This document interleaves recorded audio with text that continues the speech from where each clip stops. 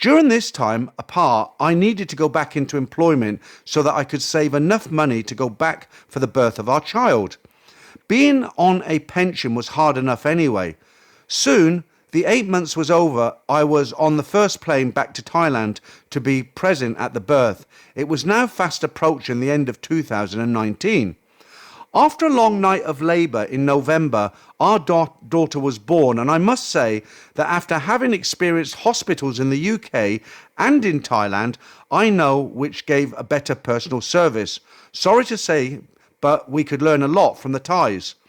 Shortly after the birth, we decided to get married, so our daughter had my name and possible British citizenship.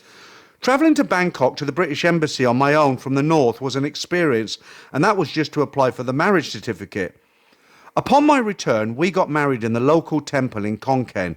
It was a quiet affair with just myself, Jit, and our baby present. It was almost clinical and formal. After just a couple of forms to sign and producing our IDs, that was it, we were married. We planned to have a village party someday in the future to celebrate, where I would offer a dowry to my new mother and father-in-laws. It was now January 2020, and sadly, my 3 months visa was about to expire and I had to return to the UK, having only experienced the joy of our baby daughter for less than a month. Due to the 90-day visa and the 31 days in a month, I was over my period of stay and was fined at the airport upon my exit.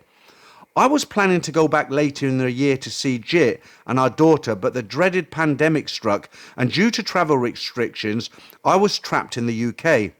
Watching our baby grow from afar is devastating.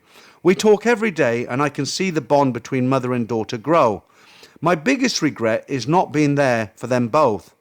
It is now June 2021, and I hope to return when the restrictions have ended. Hopefully by the end of the year I will be with them again.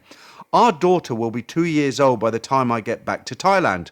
My biggest regret is not being in Thailand as my daughter is grown up. This worldwide pandemic has a lot to answer for, but one thing is certain, I will make it up to them when I can eventually return.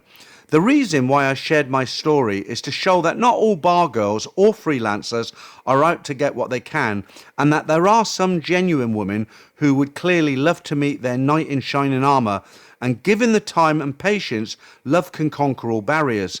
In the meantime, there is a wedding party to organise. That's such a nice story. I do remember reading that out, though some parts of it were a little bit vague because it was so long ago. And as it was before the pandemic, we're now, 3 years out of the pandemic? Let's just hope. It was a shame he didn't send a follow-up story to let us know how they were getting on.